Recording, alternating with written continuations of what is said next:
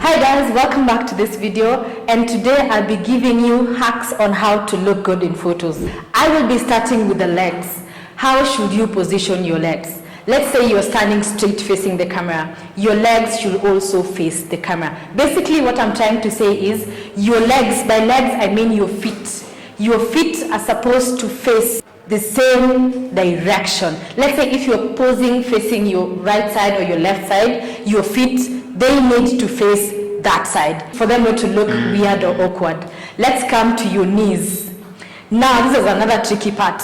When you're, let's say you're standing just a normal straight pose looking at the camera, if you stand straight, the pose will look awkward. So what do you need to do? You need to bend your knees a little. You need to bend your knees. Be it you're looking on the left side or the right side, you need to bend your knees a bit. You can bend one, then leave the other one straight, or bend the other one. Yes? Let's go now to your thighs. You need to avoid putting your thighs together closely to each other like this. Your thighs, you need to put them slightly apart so that they don't look big. The whole point is to make your pictures look good. So you have to separate your thighs. Remember, you're bending your knees, or your knee, or both your knees. You do it like that. Now let's go to your hips. Now with the hips, you have to make sure that you're flexible. And what I teach our models here at the studio is you have to make them flexible like this. And this is the best way to do that. You do this to make your hips more flexible. And when you do this, this is actually a pose. By just moving them sideways like this, or popping your hip out. Pop this out, pop the other one out. You can pop and pose, no, that's a whole complete pose. Pop this other one and pose, it's a whole complete pose. Yes? So practice by doing this. The stomach, oh yes, women, we know, I know. What you need to do about the stomach is just remember to tuck it in all throughout. You tuck it in like that. Tuck it in and you strike your pose.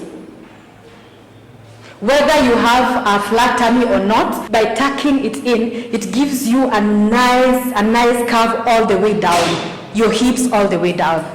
Now let's come here, your bust.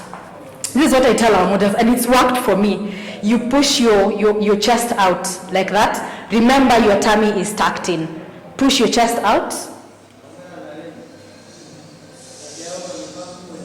like that. Let's go to the shoulders and the arms. And I find there are many women who are very insecure with their arms actually looking big in photos. And this is the secret. This is the hack. When you're posing, avoid putting them close to your body like this. You have to separate them